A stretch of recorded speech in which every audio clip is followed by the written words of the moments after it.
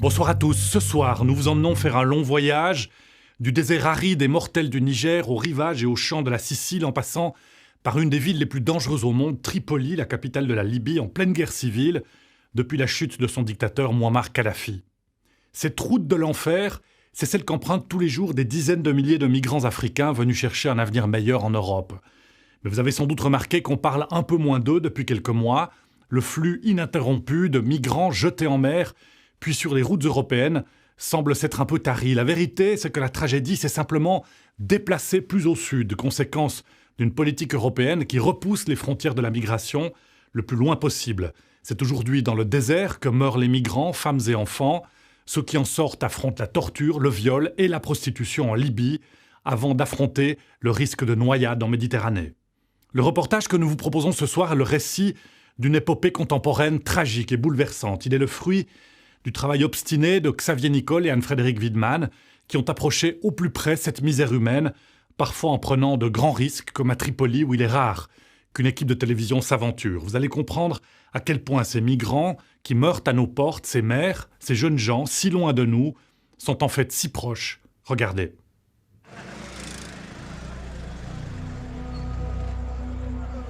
À Niamey, la capitale du Niger, des migrants s'apprêtent à prendre la route de l'Europe au péril de leur vie. Nous nous rendons à la gare routière car c'est là, en pleine nuit, qu'ils ont rendez-vous avec leurs passeurs.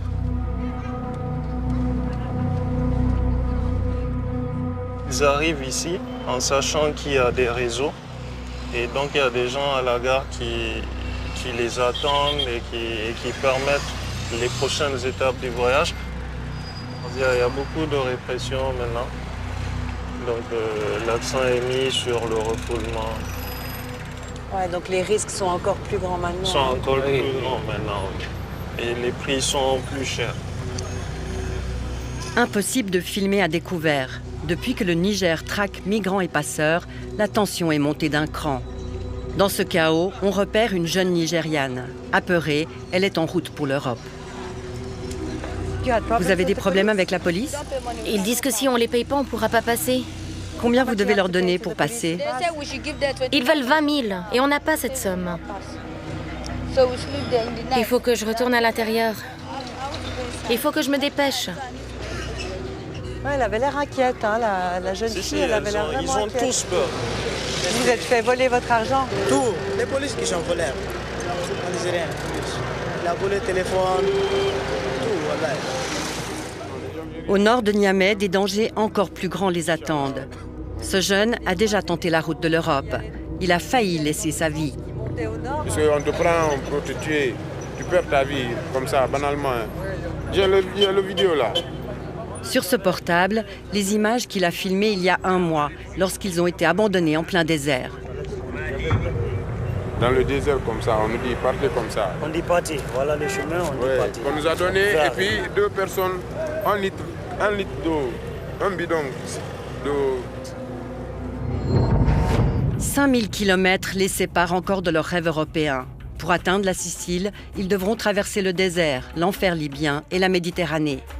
Or, depuis que l'Europe a pris des mesures pour réduire la migration, cette route est devenue la plus dangereuse et mortelle au monde.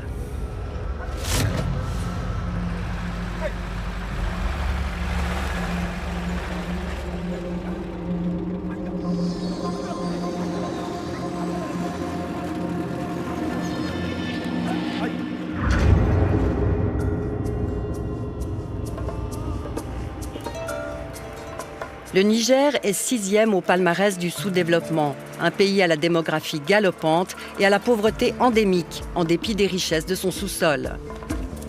Pour son malheur, plus de 70% des jeunes Africains qui atteignent l'Italie passent par ici.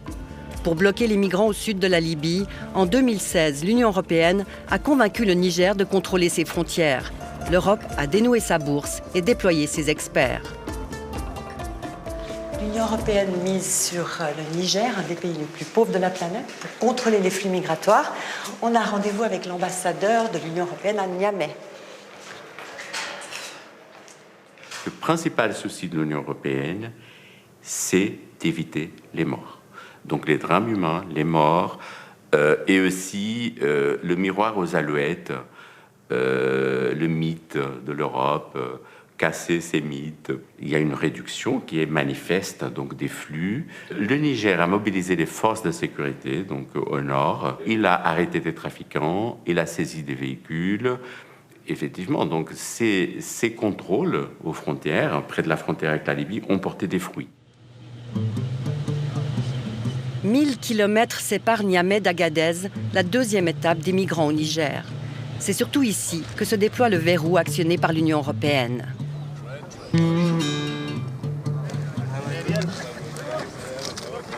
On se dit que les migrants qui arrivent ici et qui s'apprêtent à marcher des kilomètres sous cette chaleur, ils prennent des risques immenses.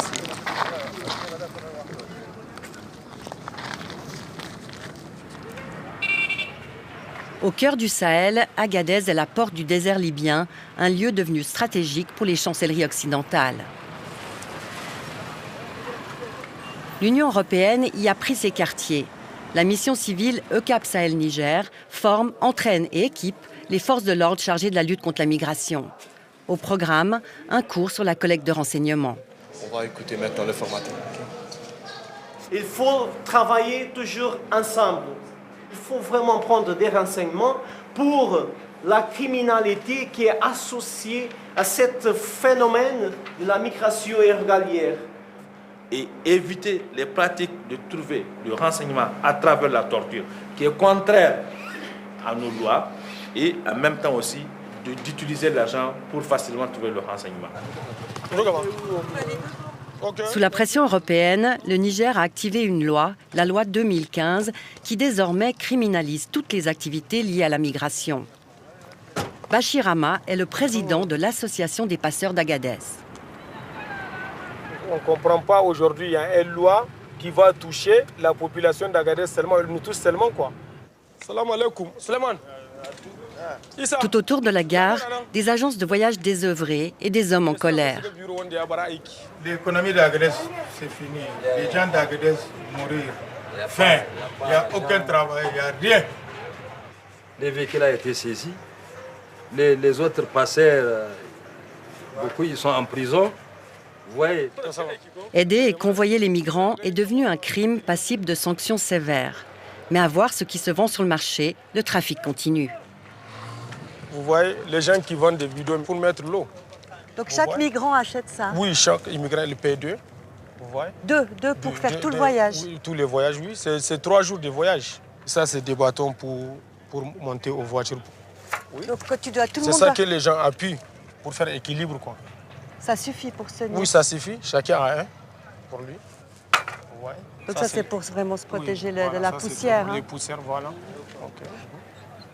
Donc avant, il y avait beaucoup plus d'activités ici. Voilà, oui, tu voyais les gens oui, et tout. Mais maintenant, il n'y a pas. Et ils se cachent. Hein. Maintenant, ils se cachent.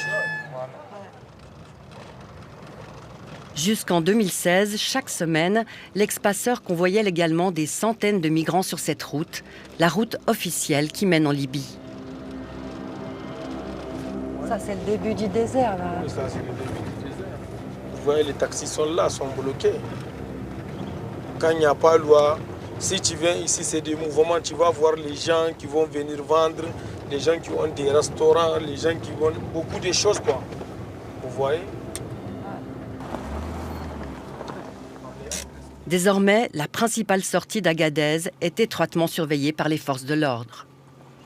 Dans la norme, vous vous présentez à l'autorité locale. Vous n'avez pas le droit de filmer personne ici, personne.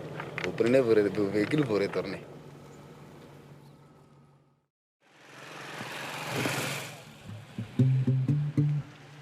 Rissa Feltou est le maire d'Agadez. C'est un Touareg qui a une très grande réputation dans toute la région.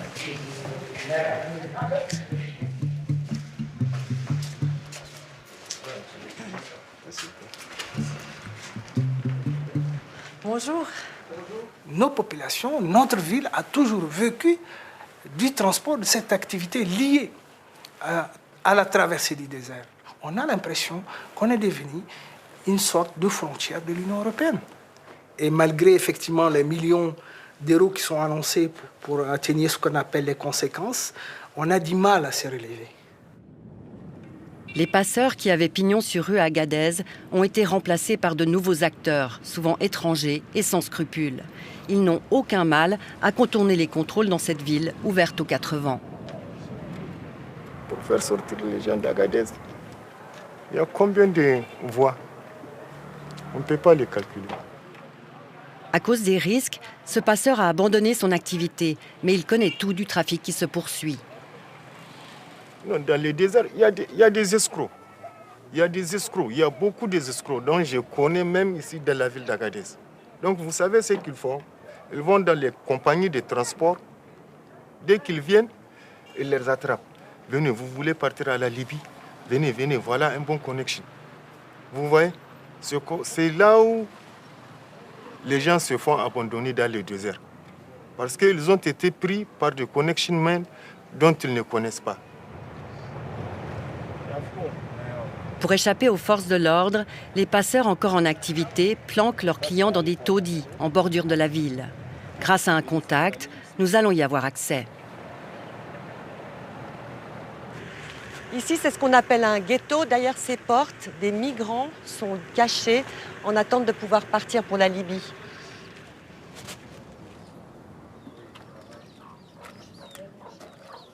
Nous découvrons des lieux insalubres, sans eau ni électricité, où une centaine de migrants peuvent être groupés. La nuit dernière, 60 d'entre eux ont pris la route de la Libye. Mais ce jeune Sierra-Léonais, âgé de 12 ans, est resté en rade, faute d'argent pour pouvoir continuer. Le problème, c'est l'argent. Je n'ai plus d'argent. Seul Dieu peut m'aider. Dans la vie, il faut se battre pour manger et devenir un homme. En fait, moi, je viens de la Côte d'Ivoire. Moi, ce qui m'a poussé à sortir, c'est que pendant la crise post-électorale en 2010, j'ai perdu mes 2 parents. Alors, j'avais personne pour m'aider. Et un jour, nous sommes restés à l'école. Il y avait un document acheté, le professeur rentrait en classe. Il y a un mot qu'il a employé qui m'a beaucoup touché. Il a même dit que l'école n'est pas faite pour les pauvres. Et je suis ce qui disait que c'était vrai. C'est vraiment, l'école n'est pas faite pour les pauvres. Parce qu'il y a des documents achetés, d'autres achètent, et moi je ne peux pas acheter. Si j'avais les moyens, je pourrais acheter. Je me suis dit quoi? Au lieu de continuer après aller m'asseoir avec les diplômes sans travail, je préfère sortir. Je préfère souffrir ailleurs que de souffrir dans mon propre pays. Tu aimerais aller où? L'Allemagne. T'es sûr que tu vas être bien accueilli là-bas? Puisqu'il y a les droits de l'homme, on sera bien accueilli là-bas. Parmi nous, il y a plein qui ont des métiers, mais qui ne peuvent pas s'installer au pays parce qu'il n'y a pas de moyens. Il y a plein aussi qui ont des talents aussi cachés. Voilà. C'est quoi ton talent à toi? Moi, je sais faire la cuisine. Je joue aussi au foot. Les comédies musicales aussi. Avant d'arriver ici, nous avons traversé des moments très difficiles aussi. En route, on nous pillait. Vous arrivez dans un corridor, on vous dit, bon, payez une telle somme.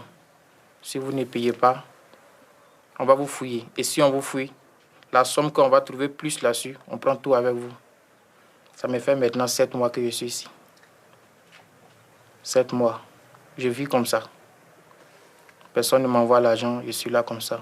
Mais je me confie à Dieu. Puis pour manger, tu fais comment? Bon, c'est quand les amis achètent, me donnent un peu aussi, je mange. S'ils n'ont pas aussi, on reste comme ça. T'es bloqué ici. Pourquoi tu rentres pas chez toi? Je préfère être bloqué ici. C'est encore plus mieux que de là-bas d'être en liberté, mais le cœur n'est pas tranquille. Est-ce que tu sais ce qui t'attend en Libye et sur la mer? La difficulté.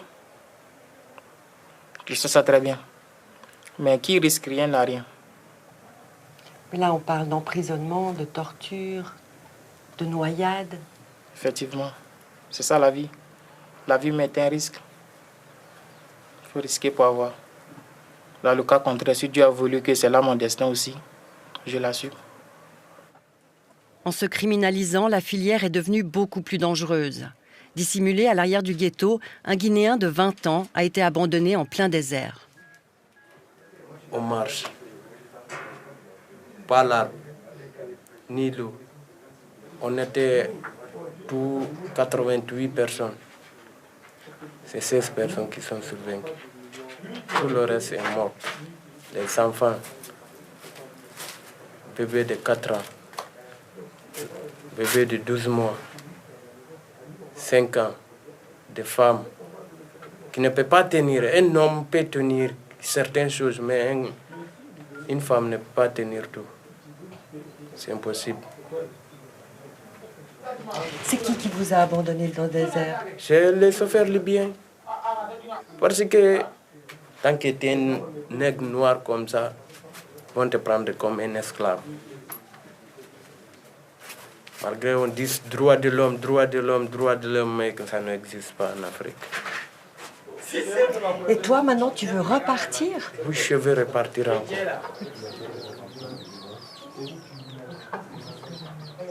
Donc, l'impression que ça donne, c'est que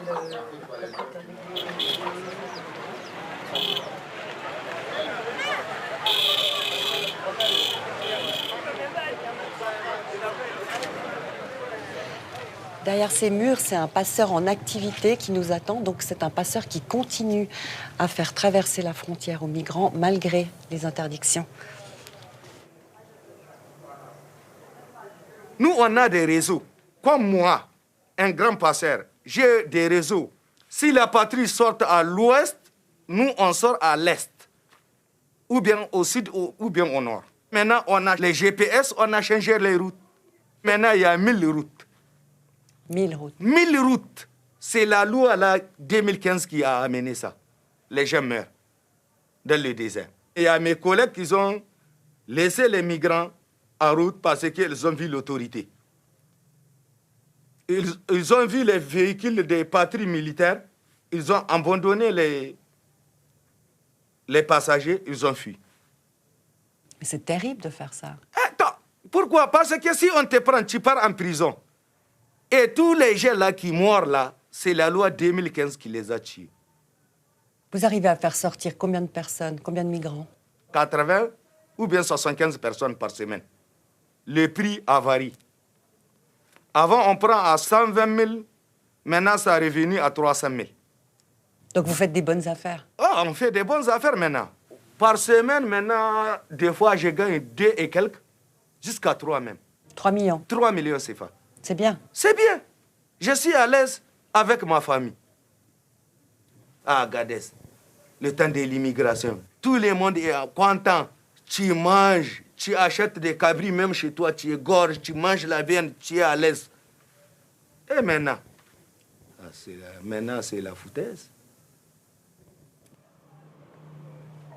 Pour décider les passeurs à changer de métier, l'Union européenne leur offre une somme forfaitaire de 1,5 million de francs CFA, l'équivalent de 2700 francs suisses. C'est à peine la moitié de ce que cet homme gagne en une semaine.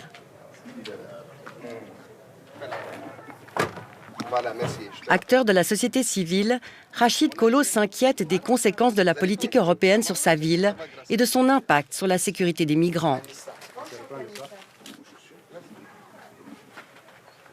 À Niamey, le pouvoir central vous fait croire que non, tout va bien, ils ont stoppé. Mais en réalité, ils n'ont rien stoppé.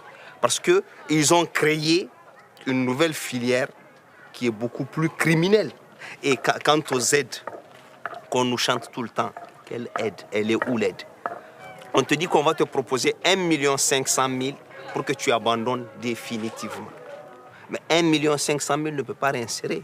Un jeune qui est habitué à gagner 1 200 000 par mois, on lui propose 1 500 000 une seule et unique fois, je ne pense pas qu'on l'aide vraiment à réussir. C'est ça le danger, parce qu'aujourd'hui, il y a des passeurs tapis clandestins qui prennent ces gens-là et qui les confient tout droit à la mort.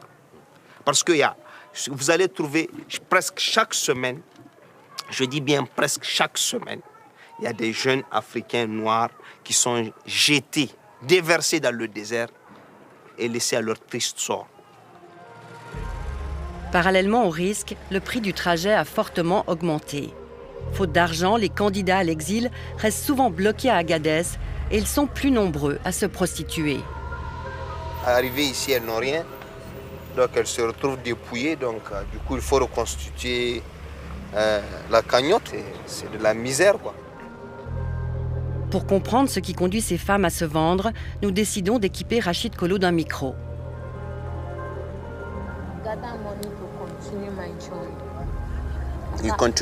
Tu veux aller en Libye? Oui. Combien ça coûte?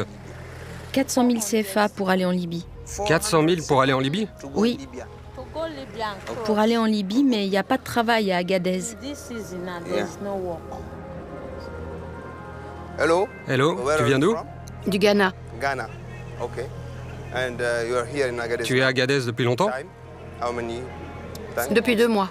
2 months? 2 mois. Oui, je veux continuer la route. Tu veux continuer? Je veux aller en Italie. L'Italie, c'est pas bien maintenant. Sérieusement? Ces Africaines proposent des passes à moins de 10 francs dans l'espoir de réunir un jour les sommes réclamées par les trafiquants. Chargés de quelques bidons d'eau et de provisions, ces adolescents se préparent à un départ imminent. Au ghetto, où leurs passeurs les ont rassemblés en attente du départ, ils préparent le seul repas de la journée.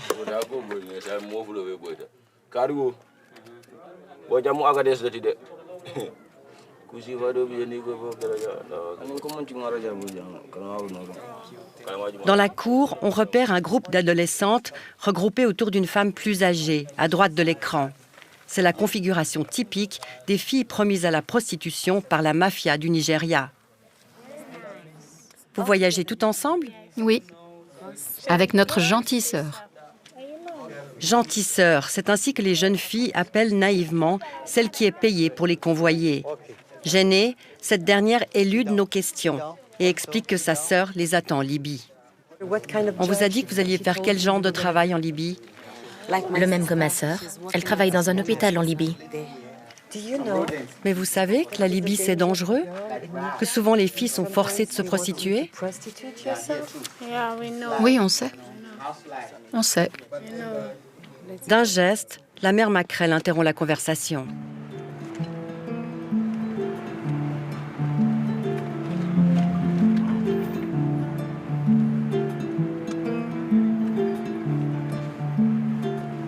Le camp de transit de l'OIM, l'Organisation internationale des migrations, accueille des migrants qui reviennent de Libye meurtris, découragés, détruits par la dureté de leur voyage. Car sur cette route infernale, ils sont nombreux à tenter leur chance à plusieurs reprises. À Agadez, l'OIM leur procure un abri, les soigne et les nourrit, pour autant qu'ils acceptent de rentrer dans leur pays. Le panneau qui est là identifie toutes les personnes, les nationalités qui sont ici au centre. Donc, on prend l'exemple de Guinée-Conakry, ce qui veut dire qu'on a 182 Guinéens migrants qui sont ici au centre, ce qui nous amène le nombre total de 399. Et jusqu'ici, vous avez renvoyé combien de personnes en tout? Dans les 5000 pour l'année, l'année 2017. Ces 5000 femmes, hommes et enfants ont vécu des choses atroces. Les médecins du camp en voient de toutes les couleurs. Bonjour. Ils viennent très épuisés avec beaucoup de maladies. Des fois, c'est des malades qui sont complètement déshydratés. Là, au cours de la traversée, ils ne prennent que quelques gorgées juste pour étancher la soif. Ils ne boivent pas comme quotidiennement où il faut 3 litres à 5 litres par jour de prise d'eau. Donc c'est avec ça qu'ils mêlent. Donc maximum, s'il n'y a pas d'eau, 48 heures, 112 heures, la personne meurt. Hein, s'il n'arrive pas à boire de l'eau. Au bout de ces 3 jours, il ne peut pas survivre. Hein, maxi. Qu'est-ce qui est arrivé à votre jambe? J'allais en Libye et je suis tombé sur de mauvais passeurs. Les types devaient m'emmener en Libye, mais ils m'ont amené à Agadez. Quand je suis arrivé ici, ils ont commencé à me battre. Ils disaient que je devais leur donner plus d'argent pour qu'ils m'emmènent en Libye. Vous voyez beaucoup de conséquences de mauvais traitements? Bon, effectivement, il y a des gens qui ont eu des coups de balle. Là, ils viennent avec des plaies infectées. Suite à l'infection des plaies, les gangrènes, on est obligé, quand on les renvoie au niveau du CHR, on leur fasse l'amputation. Les blessures sur gaz, c'est des fois, ils disent que c'est des bandits qui disent d'amener tout ce qu'ils ont comme bien. Une fois qu'ils refusent, ils leur tirent dessus. Des fois, même s'ils donnent ce qu'ils ont, ils insistent, ils disent qu'ils ont quelque chose de plus. Ils refusent de donner, ils tirent sur eux. Des fois aussi, c'est des balles reçues par accident. Quand il y a la poursuite par les militaires, ils tirent sur les voitures pour les arrêter et par malchance, la balle tombe sur un migrant. Kidnappés ou vendus par leurs passeurs à des trafiquants libyens, la plupart des migrants ont été séquestrés de longs mois en Libye.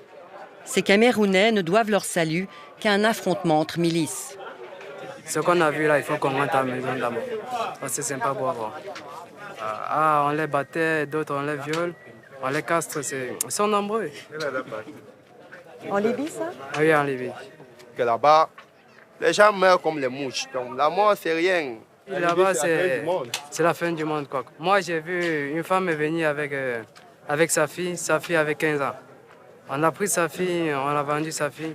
Quand elle voulait faire la force, on l'a mis dans une chambre noire. Elle n'est plus sortie.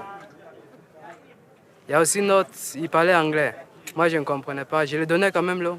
Mais le matin, on est venu nettoyer comme si c'était un cafard. C'est là, ça fait plus mal. C'est là. C'est le désert, la Méditerranée, la torture. Je dis à mes frères vraiment de ne pas traverser ces routes. On a déjà vu. On me disait, mais ne croyez pas. J'ai vu, j'ai failli perdre la raison. Je donne ce message à tous mes frères migrants de ne pas reprendre la route. C'est bon. Merci.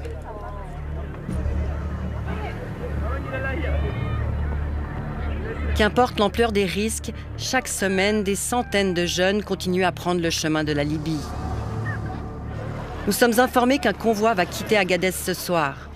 Notre contact nous a donné rendez-vous dans un terrain vague en bordure de la ville. Il fait nuit noire lorsqu'un homme à moto nous fait signe de le suivre. Les passeurs qui se trouvent juste là où les lumières clignotent. Hey, vous prenez, ils vont quitter tout doucement. Vous allez où? Where you going?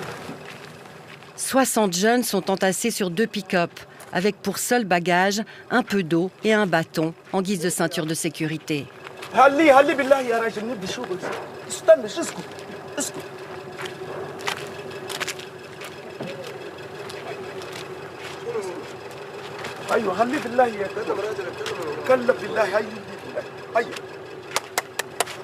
On y va. Hein?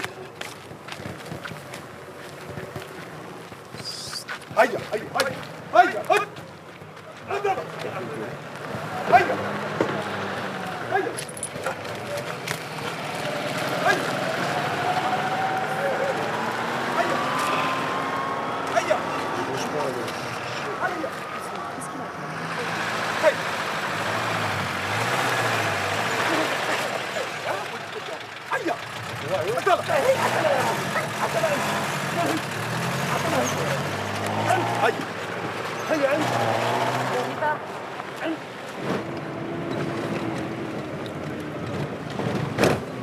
Hey, c'est bon comme ça.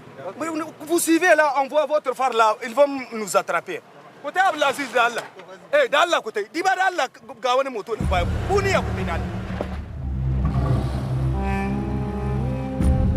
Il leur faudra au minimum 3 jours pour atteindre Saba, au centre de la Libye, et des semaines, voire des mois, pour rallier la capitale Tripoli, pour autant qu'ils y parviennent. C'est la 2e étape de leur périple, la plus périlleuse.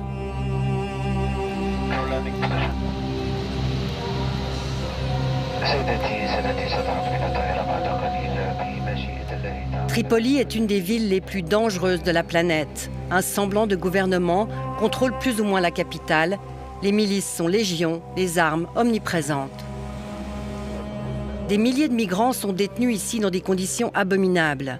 Tripoli compte une trentaine de camps de détention dits officiels, soi-disant supervisés par les autorités. Et un nombre important de hangars et d'appartements où des criminels séquestrent des migrants contre rançon. Cet homme est désespéré. Son amie est retenue prisonnière par ces trafiquants depuis 2 mois. Il vient de lui parler au téléphone. Là où ils sont là, peut-être les gens ils connaissent, on va venir les vendre ou bien je ne sais pas, donc on va les déplacer. Combien ils veulent pour la libérer? Moi, l'autre jour, elle m'a dit c'est 300 000, tu comprends? Elle m'a dit c'est 300 000. Voilà, Anne, je fais des soucis parce que là où elle est là, quand elle m'appelait, elle me dit qu'elle n'a rien, elle ne mange pas. J'ai dit, on cherche les moyens, on cherche comment on va s'en faire sortir dans cette situation. Pour obtenir le maximum d'argent de leur famille, les trafiquants autorisent leurs prisonniers à leur envoyer des messages par téléphone. Voici l'appel au secours qu'il a reçu de son ami détenu à Tripoli. Allô, bonsoir. Pardon, là, je suis là, ça ne va pas. On partait sur Italie, la police, les biens nous ont pris dans l'eau. Donc là, je suis là maintenant, je suis en prison. Ça ne va pas. Il y a trop de choses qui se passent ici. Dans la nuit, il y a les Arabes là qui viennent prendre les femmes pour aller vendre dans les maisons de prostitution. Bon, moi, je ne veux pas que les trucs comme ça m'arrivent, pardon. Franchement, ce n'est pas un endroit à vivre. Il y a les femmes quand on les attache. Surtout quand ils veulent coucher avec une femme dans la nuit, tu refuses, il vient t'attache. Il attache les mains et les pieds derrière. Et puis on prend à la corde là, on t'attache en haut. Et il y a trop de femmes ici, là, qui accouchent ici sans soin. Les femmes enceintes qui ont déjà fait plus d'1 an ici. Franchement, ça ne va pas là où je suis là, pardon. Donc il y a trop de mauvaises choses qui se passent ici. Ils tapent les gens jusqu'à les femmes même avec les armes là. Ils tapent jusqu'à ils percent la tête, le sang se verse partout. On fait tout et tout pour me faire sortir d'ici là. Parce que ça ne va pas. Pardon, faut faire quelque chose pour moi. Faut envoyer le message à ma famille.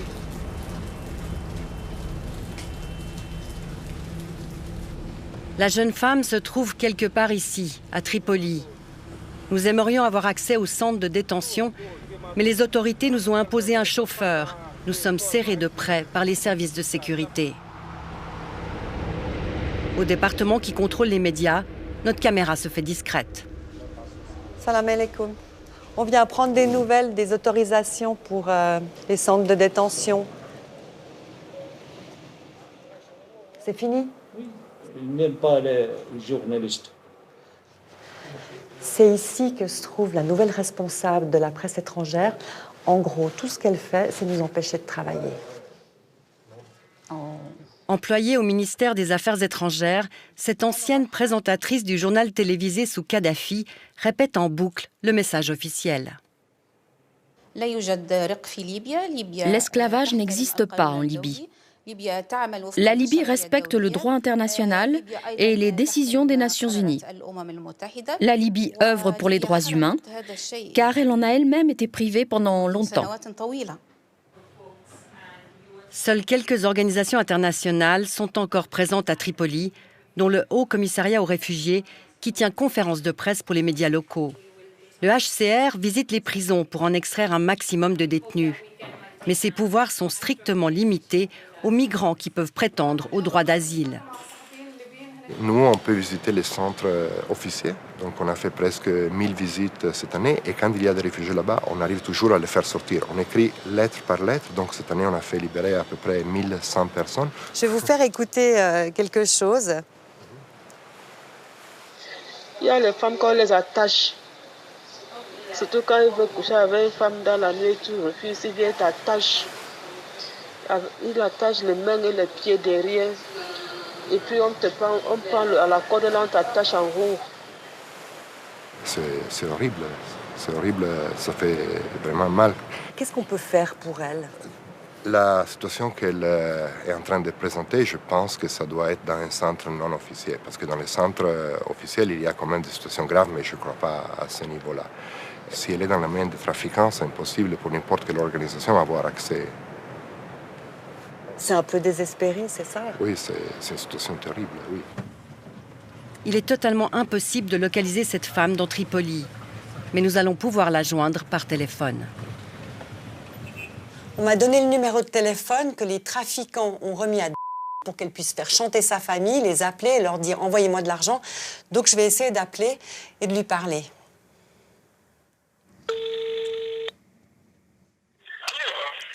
Bonjour. Hello? Hello? Au deuxième essai, nous parvenons à lui parler. Sa famille a déjà versé de l'argent, mais les trafiquants font monter les prix. Oui, le problème, c'est que ici, c'est que bon, quand tu es déjà entre eux-mêmes, ils font tout et tout possible pour récupérer l'argent. Tant que tu ne fais pas, ils te vendent dans les maisons de possession à 500 000. Ils ont déjà fait ça à plusieurs femmes ici. Donc, c'est ça qui me fait peur. Bon, la situation, c'est que maintenant, là où je suis, là, on me demande de donner 4 500 dinars. Pourquoi on me libère? Je n'arrive pas à trouver cette somme. J'ai déjà appelé la famille. Bon, si je ne peux pas, ça je vais rester. Au cas où je ne peux pas, ils vont me vendre. Même avec les bébés et les femmes enceintes, ils demandent 1 800 000. Parfois, d'autres, c'est 800 000 pour les libérer. Les autres, c'est 800 000. Et puis les hommes, c'est combien? Les hommes, c'est 400 000.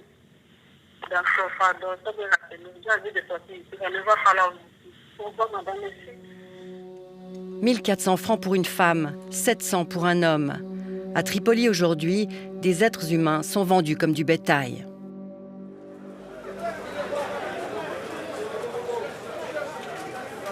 Ces Guinéens viennent tout juste d'être exfiltrés des prisons libyennes. Ils ont été libérés par l'Organisation internationale des migrations à une seule condition, qu'ils acceptent de rentrer chez eux.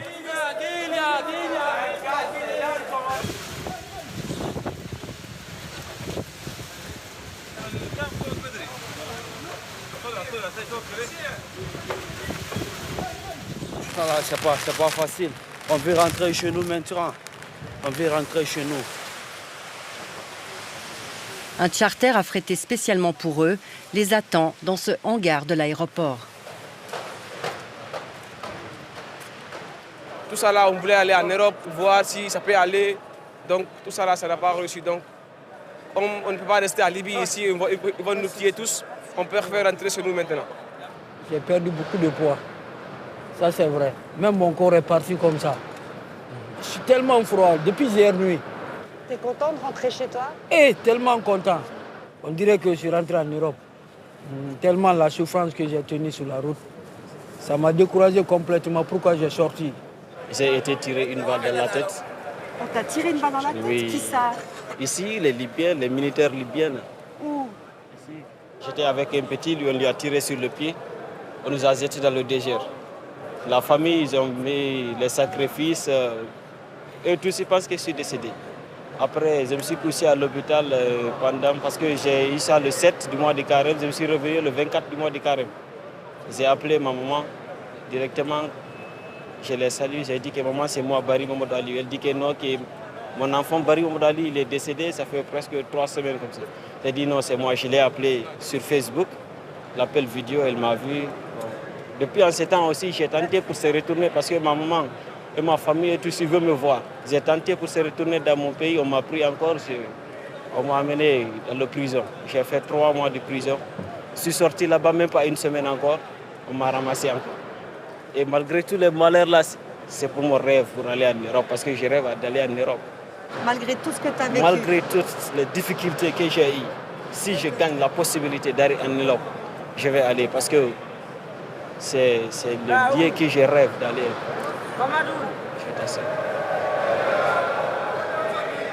Et soudain, de manière totalement spontanée, ces jeunes qui viennent d'échapper à l'enfer entonnent leur hymne national, un chant de liberté.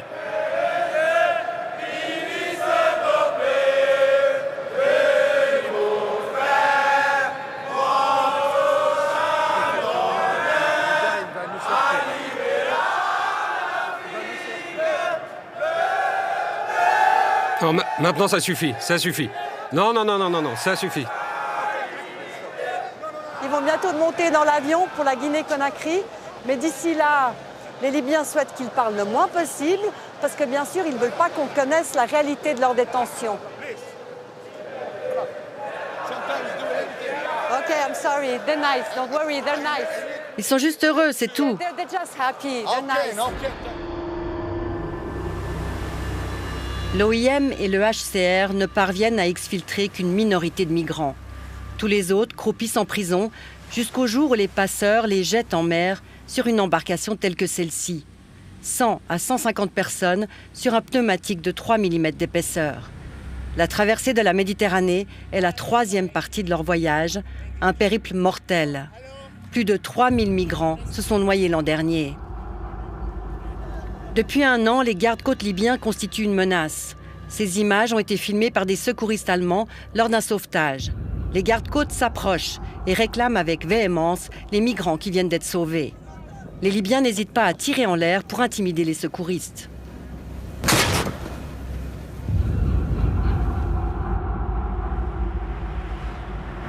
Chaque nuit, les gardes-côtes libyens partent en mission pour intercepter les migrants qui tentent la traversée.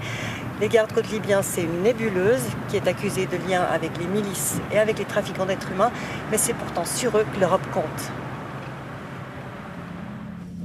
Désormais, les gardes-côtes disposent du soutien financier et technique de l'Union européenne, en particulier de l'Italie. Leur porte-parole confirme que l'objectif est bien de bloquer les migrants au sud de la Méditerranée. Nous ne sommes pas les gendarmes de l'Europe. On bloque la mer pour passer le message aux migrants qui n'ont aucun espoir d'atteindre l'Europe. Comme ça, ils ne viendront pas en Libye. C'est ce qu'on espère.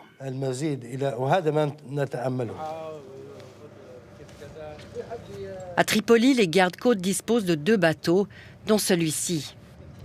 Preuve des liens existants avec le gouvernement italien, à son bord, en plein travail, un représentant de la police des douanes italienne. Mais que faites-vous ici? On fait de la maintenance. Pour eux. Ce bateau militaire n'est pas adapté au sauvetage en mer et ce qui pose également problème, c'est le comportement de son équipage. Avez-vous intercepté beaucoup de migrants? Oui, beaucoup de migrants. Vraiment? Mais ils ne vous aiment pas, n'est-ce pas? C'est un travail très difficile. Une fois les naufragés ramenés à quai, les Libyens les renvoient en prison où ils sont souvent revendus aux trafiquants. Lorsqu'ils sont en mer, les migrants prennent donc des risques énormes pour échapper aux gardes-côtes et ne pas retourner en Libye. Quand les ONG européennes sont présentes sur les lieux du sauvetage et viennent en aide aux migrants, notre tâche devient beaucoup plus difficile. Quand les migrants repèrent les bateaux étrangers, ils tentent tout pour les rejoindre. Début novembre, une scène dantesque a mis aux prises ce navire libyen et le Sea-Watch, bateau de secours affrété par une ONG allemande. Tandis que les Zodiacs du Sea-Watch s'approchent du canot naufragé, les migrants qui ne savent pas nager sont déjà en train de couler. Sous les yeux de l'équipage libyen totalement passif, de jeunes Africains se battent pour leur vie.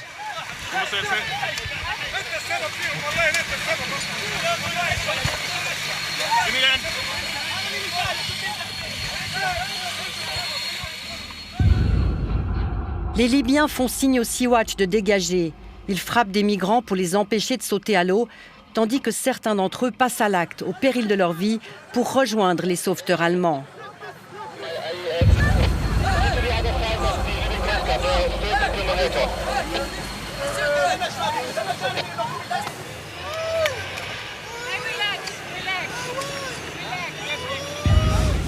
Les Libyens démarrent en traînant un homme agrippé à leur échelle. Le Sea-Watch ne parvient à sauver que la moitié des migrants. 5 personnes, dont un tout jeune enfant, perdent la vie.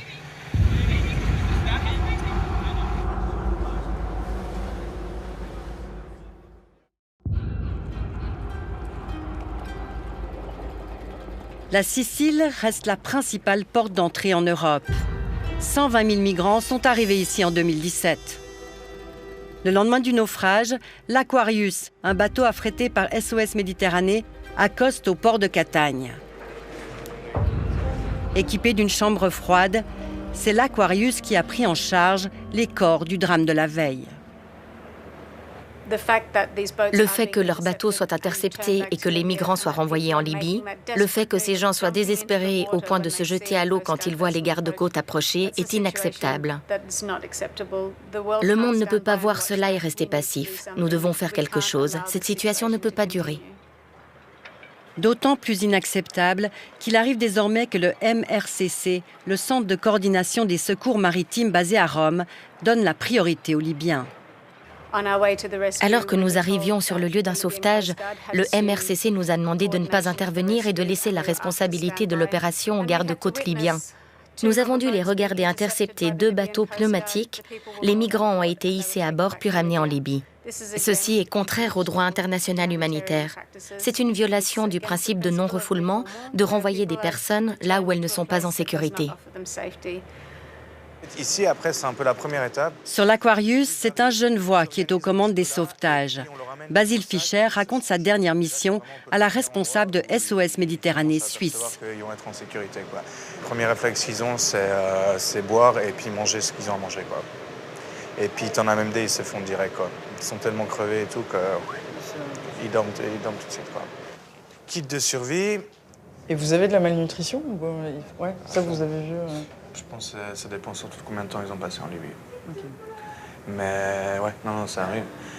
J'ai vu un mec qui faisait 1m88 pour 42 kilos, quoi. Enfin, tu vois, ça peut être assez impressionnant, quoi. Toutes les expressions qu'on peut voir sur les visages, ça peut être très marquant aussi. On voit de la peur, on voit les gens qui sont d'une manière préparés à mourir en mer et qui commencent à comprendre et à percevoir qu'ils vont être sauvés et qu'ils vont être saufs. Et quand tu vois ces gens dans des embarcations pareilles qui mettent leur vie en danger, tu te dis qu'il doit vraiment y avoir de gros problèmes pour être prêt à prendre des risques pareils. Une des histoires qui nous a tous vraiment choqués ici, sur un des bateaux où on a fait la première approche, il y avait une femme qui venait d'accoucher.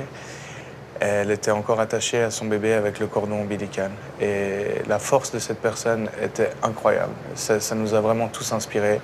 Elle a porté son bébé du bateau en bois jusqu'à nos canots de sauvetage, jusqu'à l'Aquarius. Elle est montée l'échelle de l'Aquarius toute seule en portant son bébé. Et ça, c'était vraiment quelque chose de très fort. En 2 ans, l'Aquarius a sauvé 27 000 personnes des flots, dont 30% de mineurs.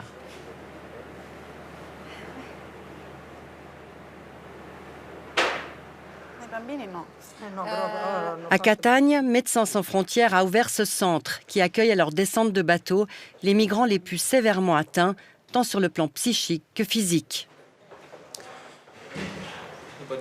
Personne ne va retourner en Libye. Personne ne va retourner en Libye. C'est le pire endroit. C'est bien que tu sois là. Oui, c'est bien. Je ne suis plus entre leurs mains. Je ne pourrai jamais assez remercier Dieu.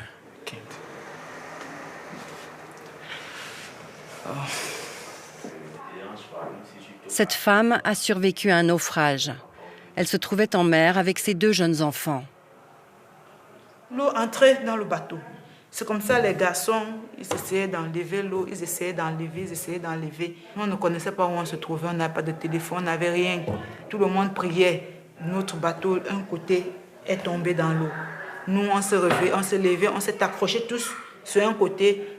Le moteur est tombé dans l'eau, l'essence est sortie. Ça se mélange avec de l'eau. Ça m'a brûlé tous les 2 jambes.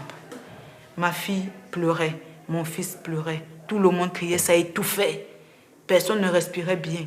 On ne connaissait pas, on n'avait pas d'espoir. On ne savait pas si on va trouver un autre pays devant ou si on va trouver un autre monde devant. C'était quand je passais mon fils au monsieur, comme il était un peu plus petit, pour arranger sa soeur. J'arrange sa soeur, je me tourne, le monsieur il est tombé dans l'eau avec mon fils. Je vois mon enfant sortir de l'eau devant moi, se battre. Je crie, je veux sauter pour attraper mon fils. Les autres gens, ils m'ont arrêté. Ils disent non. Il y avait au moins 2 femmes aussi à côté de mon fils qui se noyaient. Mon fils se battait, je me retourne, je ne vois plus mon fils. Et j'ai regretté pourquoi je suis partie en Libye avec mes enfants. Chaque fois, c'est comme si c'est moi qui l'ai tué.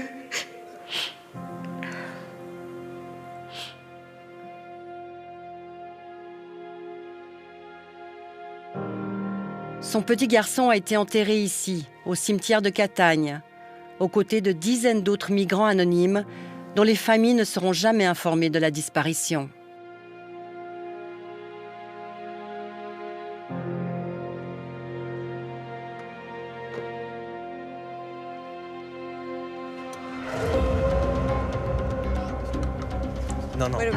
Non, tout droit, puis à gauche. Va tout droit. En Sicile, en cette période d'élection régionale, les débarquements de migrants sont tenus secrets, loin des médias. Mais nous avons été avertis de l'arrivée imminente d'un navire. Arrête-toi ici. Où est le bateau? Voilà le bateau. C'est un bateau de la marine italienne? Oui, de la marine italienne. Rien à voir avec les arrivées habituelles qui peuvent atteindre 1000 hommes, femmes et enfants.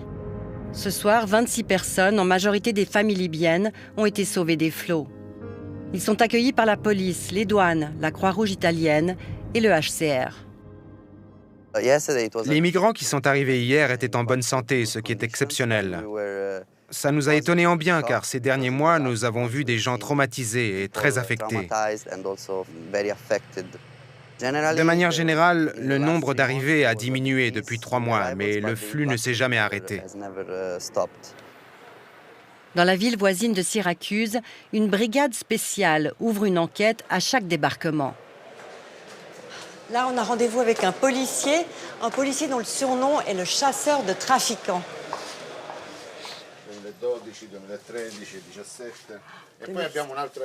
Il s'appelle Carlo Parini et consigne ici depuis des années toutes les informations sur les arrivées de migrants. Avec ses hommes, il interroge les passagers dès leur descente de bateau afin d'identifier le scafista, le migrant à qui les trafiquants ont confié la barre. Ça arrive parfois qu'on ne le trouve pas. Les migrants nous expliquent qu'il est tombé à la mer ou alors que l'un d'eux l'a jeté à l'eau. Il faut comprendre que le scafista fait face seul à plus d'une centaine de personnes. Alors il adopte une attitude très dure. Il utilise parfois des bâtons, des couteaux, n'importe quel moyen pour terroriser les passagers et garder tout le monde sous contrôle. En Sicile, les enquêtes policières ont débouché sur l'arrestation de quelques 300 scafisti, essentiellement des petits poissons peu connectés aux vrais criminels. Cet homme est l'un d'eux. En liberté provisoire, il va bientôt être renvoyé chez lui. Les passeurs m'ont fait monter avec 82 autres personnes sur le canot pneumatique. C'est d'abord les Libyens qui conduisaient, pas moi. Mais quand nous sommes arrivés dans les eaux internationales, les Libyens ont arrêté le moteur. Ils m'ont mis un pistolet sur la tempe comme ça et m'ont ordonné de prendre la barre. Ils nous menaçaient tous. Alors j'ai accepté de le faire pour sauver ma vie et celle des autres passagers. Mais quand nous sommes arrivés ici, on m'a arrêté et on m'a mis en prison. Les Italiens m'ont accusé d'être un passeur. Ils m'ont condamné à 3 ans et 4 mois de prison. Et les trafiquants, tu sais qui c'est, toi? Les trafiquants sont libyens. Ils ne viennent pas ici en Italie. Les trafiquants sont en Libye.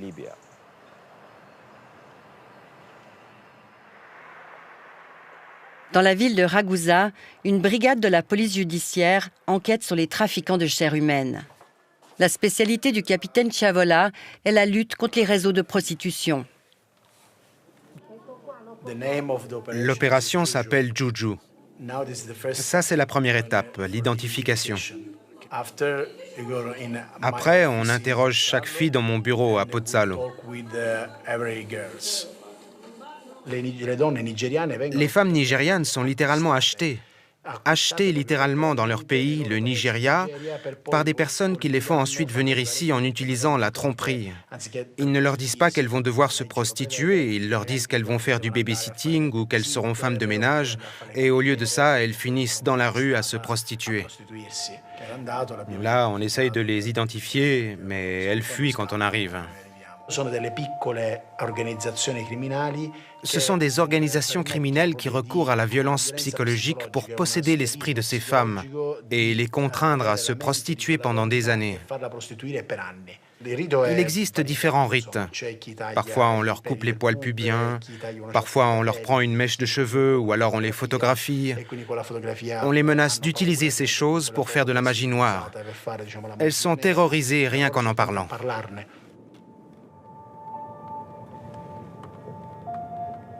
Récupérés par un intermédiaire de la mafia nigériane à leur arrivée en Sicile, les adolescentes se retrouvent rapidement ici, au bord de la route nationale.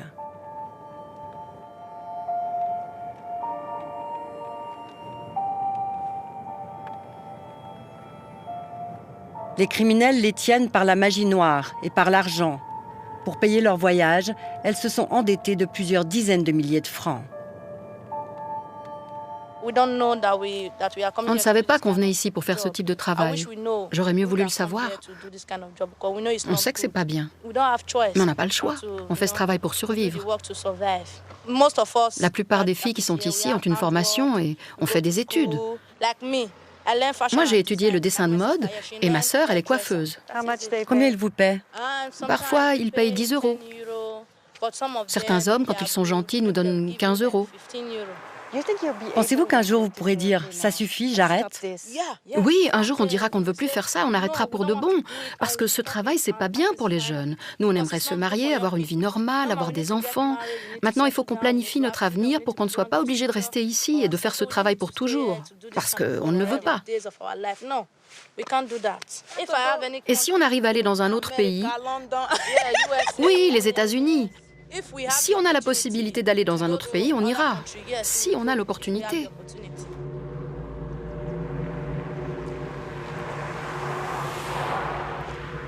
Le tarif, c'est 10, 15 €, parfois même moins.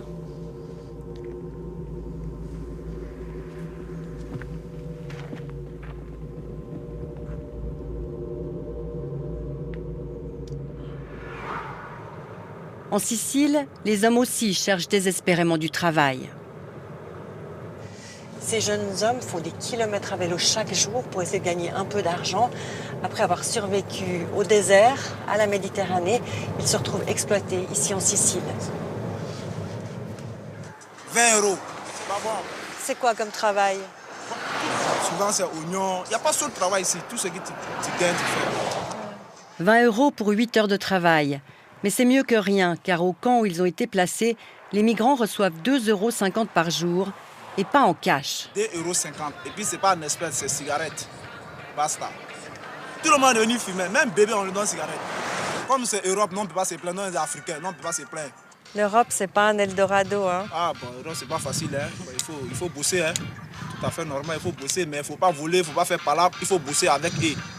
Comment ça va aller? Au revoir. Tu vas, mes amis.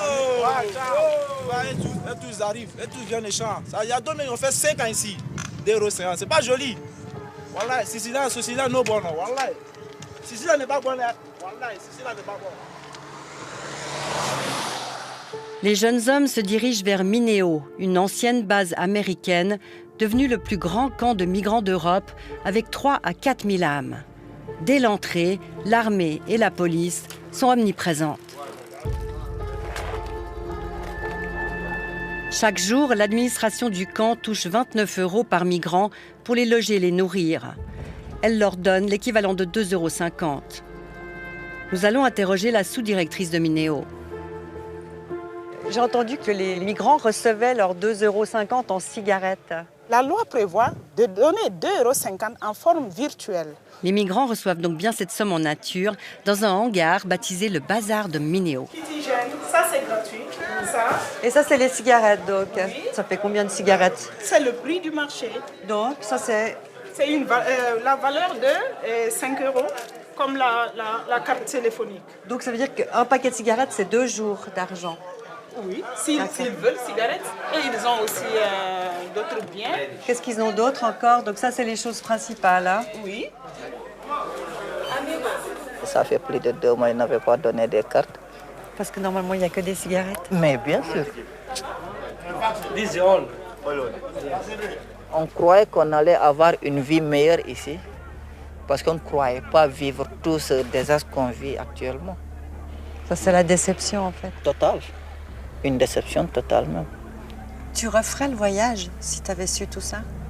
Si j'avais su tout ça, mais pourquoi pas? Tu le ferais quand même? Moi en personne. Dans le but d'espérer une vie meilleure, je le ferai. Quelques chanceux obtiendront l'asile, d'autres un permis provisoire. Mais après 2 à 3 ans d'attente, 60% des résidents de Mineo seront renvoyés chez eux.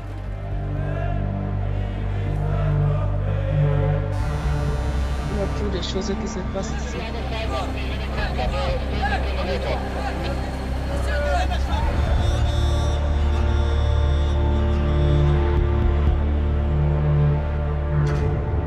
Pour mémoire, je vous livre les derniers bilans tenus par l'OIM, l'Organisation internationale des migrations. 4 581 migrants sont morts noyés en mer en 2016, 2834 en 2017. Depuis le début 2018, on a déjà largement dépassé le cap de 500 migrants disparus en mer, et cela, c'est sans compter les naufrages qui ne laissent aucune trace. Je vous retrouve la semaine prochaine pour une nouvelle émission de Temps présent. À bientôt.